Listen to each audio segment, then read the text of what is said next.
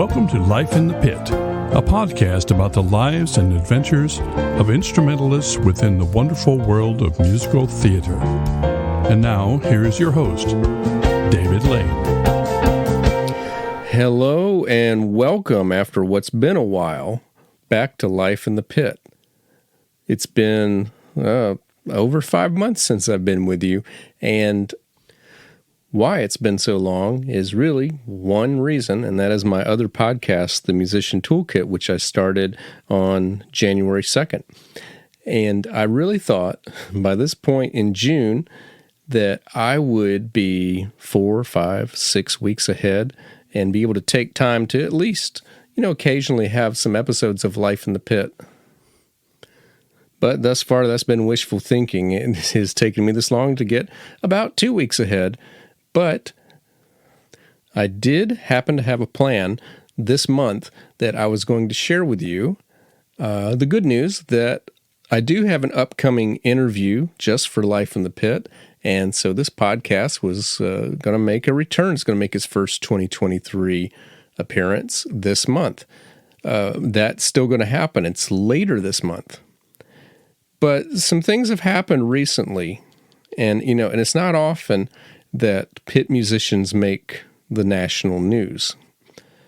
But we have a story that affects New York pit musicians, specifically those who are members of the local 802 AFM, which is basically the musician union for the Broadway houses. Now that's one side of the battle. The other side of the battle are the producers for a musical that is going to be, or is scheduled to be opening on Broadway in just a matter of weeks. And that is the show Here Lies Love. So I'm recording this on Thursday night of June 1st for this to come out tomorrow morning, Friday, June 2nd. And I just thought that this is very timely. This is all happened this week. And it's something that I thought Life in the Pit needs to talk about this. This is, again, music about pit musicians. But I don't live in New York, and I'm not a member of the local 802, so I wanted to talk to someone from New York who is a member of the local 802.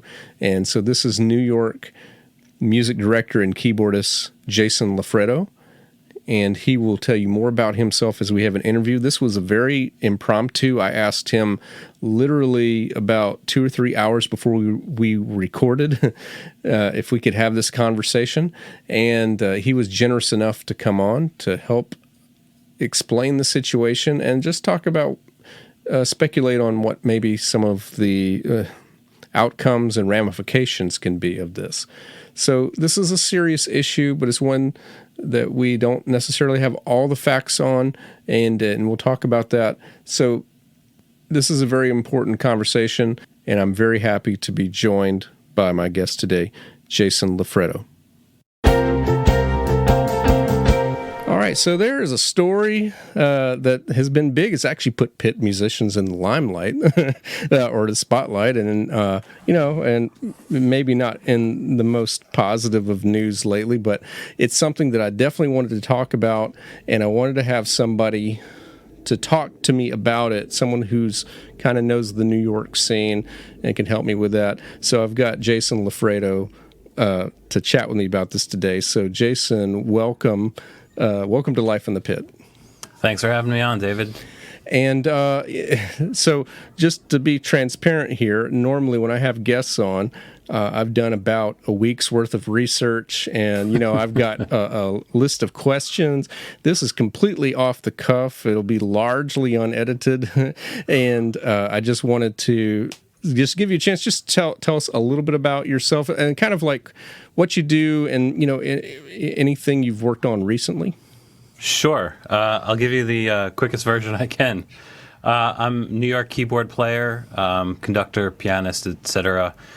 Been playing Broadway since 2006 and off-Broadway as well. My first major show in New York was Altar Boys way back in 2005.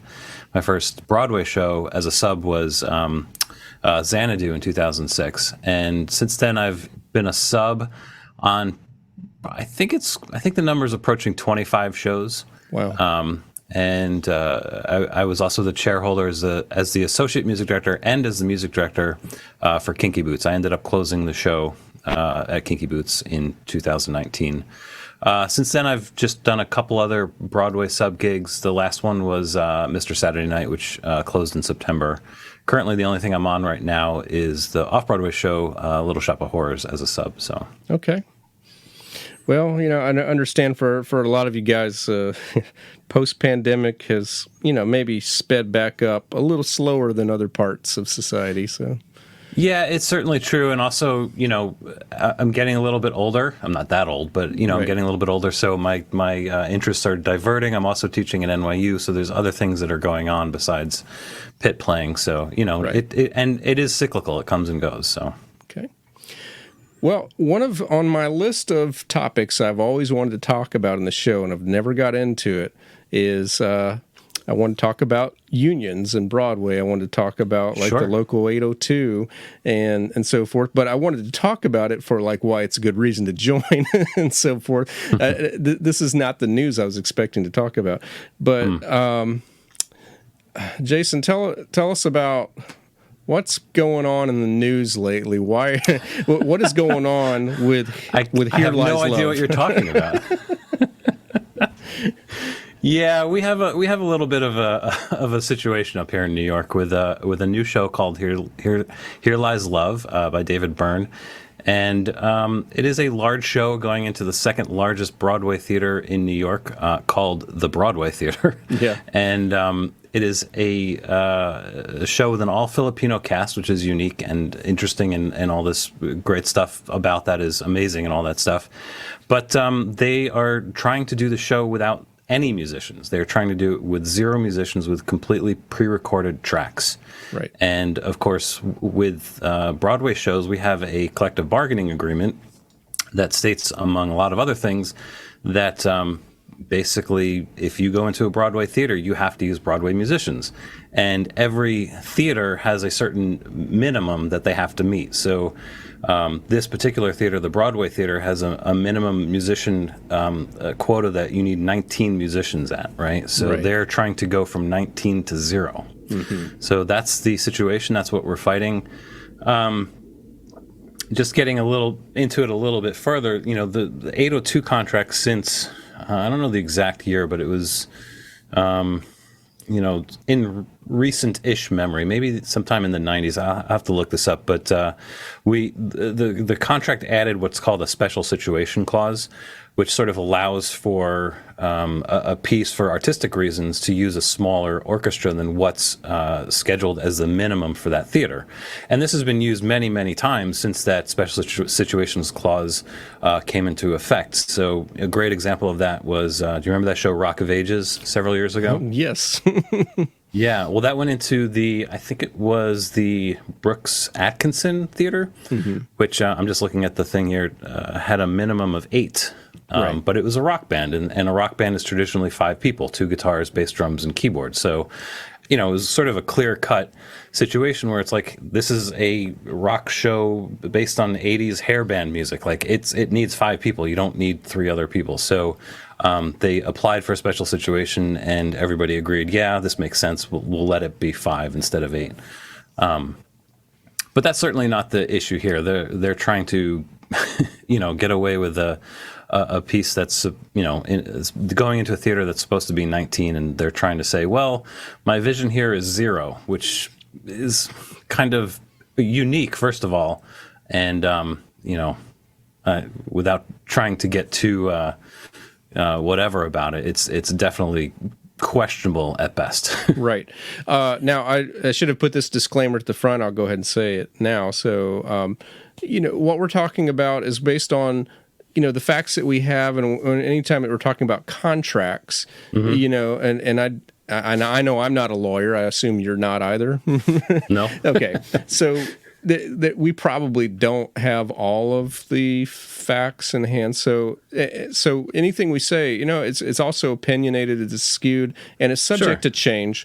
based Yeah. on what's going on. So, I don't, and our intention here is not to, Sure. to throw stones at anybody, but just to kind of just illuminate the situation. So, Yeah, and I appreciate you when you asked me to do this. I appreciate the sort of context for it, which is that not every musician in the United States is a New York musician. Right. There's only a certain amount of us, and they don't really know what's in that contract in the local 802 Broadway contract. It's very specific, and this is a very unique part of it. That the whole idea about having a house minimum of musicians in any theater. So it's definitely unique.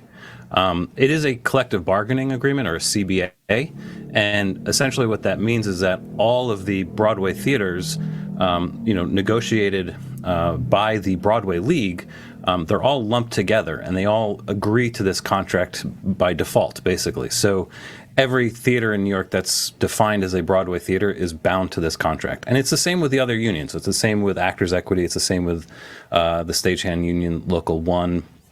It's just the way that works. There's a Broadway theater. You go into that theater, just the contract that you agree to just by signing up to go into that theater is all of these CBAs. And the house minimums for the Local 802 is one of those CBAs, or one of those agreements that you're agreeing to. Yeah, and just to kind of throw this into let's compare New York to my community. So I live in Winston-Salem, North Carolina, and we've got a lot of theaters around here, and some of them have said we will only use live music. It's our vision to do that. And then I know some theaters that we want to do a lot of shows per year, and we're a community theater, and it's just too expensive to have a live band for every show, so they offset it with tracks. And I know a couple of theaters, they use tracks because they only seat like 50 people, and they have a little tiny stage, and there's just no room for the musicians. So there's a lot of reasons. There are situations, and I don't think, I for one would definitely say, not condemning the use of tracks, but what we're talking about here is a special situation. So it's really what we're questioning is, it sounds like, based on the news, that there may be a breach of contract going on. It's a possibility. I think that may end up being the likely outcome with this. And I always have to say this, like, when a contract is a contract. It's not like a law, and there's not like there's not like an army that's going to enforce the law. You know what I mean? At the end of the day, it's a contract dispute, and people. It happens all the time. Just people ignore the terms of a contract, right? And ultimately that might end up being what's going to happen is that they're just going to open the show with 0 musicians, and it's going to be a protracted sort of legal battle over the contract, and we'll see. Now, I've heard I've seen a lot online. So, it's kind of funny if you're not in these music director groups or have, certain friends, you might not even see anything. But if you are, it's everywhere, among certain circles right now. And, one of the things that I saw that made sense, I don't think, it doesn't sound like it'll happen, but, a real easy solution would be pick another venue and one that supports no live musicians, and then everybody, I personally don't want to see a show of this magnitude done in a karaoke style, but at the same time, legally, there's not really an issue at that point. But so that's one thing that they could do, but I don't. There may be some stubbornness. I don't know if that's going to happen. Well, yeah, and I've been thinking about it this way too. It's like sometimes you think about like a community with an HOA, like a homeowners association. Like in some ways, Broadway is an HOA. It's like you move into that type of community because you get access to the pool and common ground maintenance and that sort of thing. But there's also an HOA fee. There's also rules that you have to follow. You can't paint your house pink, for example. You know what I mean? Like stuff like that. And with Broadway, it's the same thing. You get, when you move into a Broadway house, and there's literally a limited amount of them. There's like 40 of them, When you move into a Broadway house, you get all of the benefits of being a Broadway show, which include, just the fact that you can say that you're a Broadway show, period, is a big one. But there's also other stuff like, common advertising that the league will do just, collectively for Broadway. There's like outreach programs like, Broadway in the boroughs. a lot of stuff like that, and you get access to that, and it's pretty much, free for you as a Broadway show. But as we say, you got to pay the HOA fees, Right. And adhering to those contracts is part of that. Now, I totally agree with what you're saying, and I actually absolutely agree. Like, if this is really what they want to do, there are other theaters in New York that are not Broadway theaters, and they don't have this collective bargaining agreement attached to them. They could have moved into any of those theaters and done this, you know? But, it sounds like they want to call themselves a Broadway show, and they want to charge Broadway prices. And they want their cake, and they want to eat it too, you know what I mean? So would you, again, we're speculating here. What do you think? So you probably said it already, but what do you think are the next steps? What do you think is going to happen? Do you think it's just going to be a breach of contract? They open the show anyway, or what? What do you foresee as possible outcomes here? It's hard to say. Like, I know that there's, some of the rumblings about, like, the special situation. There's a whole procedure for it, and part of it's like you're supposed to, present the special situation request to the union, like, right after you find out that you're going in. And apparently that didn't happen. And somebody was dragging their feet, and, like, it was announced in February, but it wasn't until April when they started meeting. And then obviously nothing ever got resolved, and things have just been happening. And it's hard to say why that is. You can speculate. Maybe they've been, just kind of delaying or whatever. But, at this point it's 2 weeks out, Right. And they could agree to something tomorrow. They could actually agree to a special situations that would give them a minimum less than 19. They could say, well, let's make it 14 or something, and they could agree to that and put that in place. But at this point, getting an orchestrator in there to do the things, or a transcriber even, just to transcribe what he had off the album or the tracks, Right. Copyists, hiring the contractor, renting the gear, the keyboard programmers, drum programmers, all this stuff, and of course the musicians, just getting that all in place within 2 weeks is a little bit, that's a little bit of wishful thinking. So my thinking is that this is probably going to drag on for weeks and weeks after the show opens.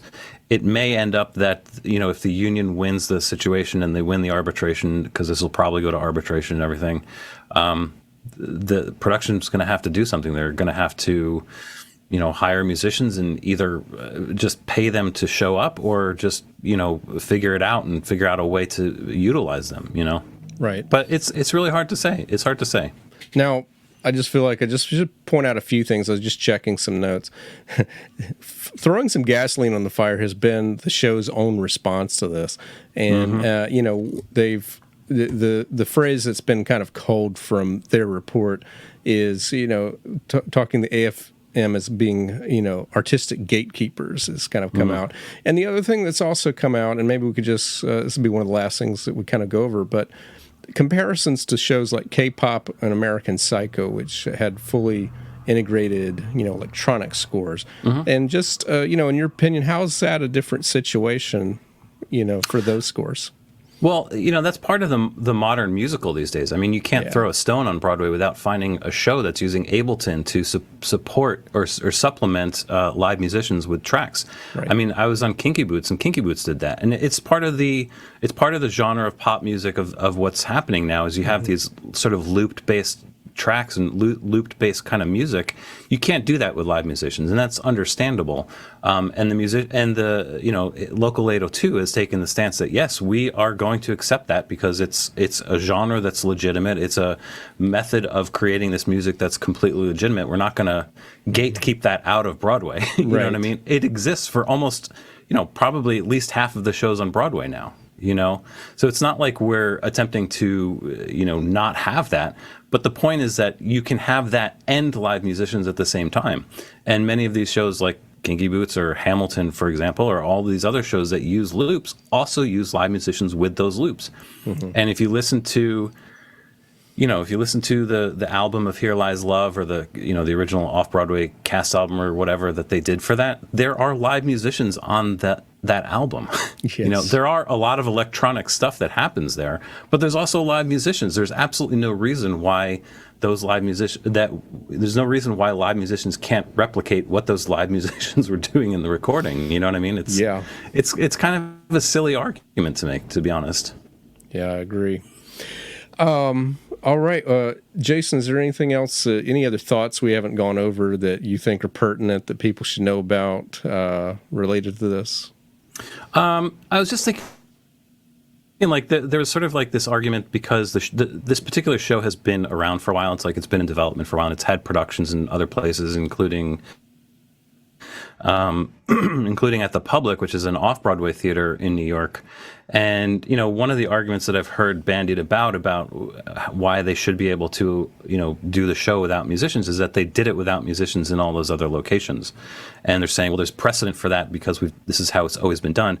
The problem with that argument is that, yeah, like, you know, at the Public, for example, it's not a Broadway theater. There's no CBA for off-Broadway. You know, the off-Broadway world is negotiated very a la carte. Like each production, you can negotiate it. That we have a boilerplate contract for off-Broadway, and you can negotiate, or you can actually nitpick and pick things out of it if you need to.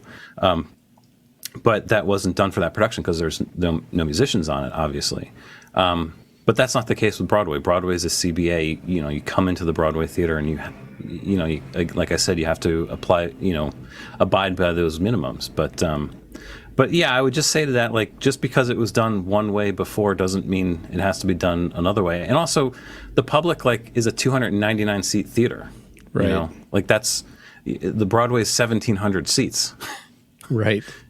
Now, I'm not the only other thing I thought of, I'm not finding it. I thought I'd saved it, but, you know, I saw, like, a petition going around. I don't know if that's something official or if that's even worthwhile, or what you think of that. That's the local 802 petition. You know, it's just asking people to just sign a petition in support of, you know, 802, you know, and their efforts to, you know, basically have Here Lies Love use live musicians, basically, you know. All right, well, I'm going to find that link before. I think I found it. I'm going to find that link, and I'll post that in my show notes. I encourage listeners, you know, kind of follow your own conscience. If this is something that if you're kind of supporting the union cause here, definitely would reach out for you to sign that petition. So for sure. Jason, thank you so much for just helping me to just talk this out, and you know, what I think is a very important issue, and maybe one with future precedent at stake. You know, that's something we didn't really talk about so much. Yeah, absolutely. We don't want to. You know, if you do it once like this, everybody's going to try and do it. Yeah. Well, thank you so much for helping clarify this for us. Sure, no problem. Thanks for having me. And that's going to wrap up this episode. And indeed, I did find the link that we mentioned for the petition that you can sign in support of the local 802 AFM to have live musicians on this production, or at least for this production not to happen without live musicians.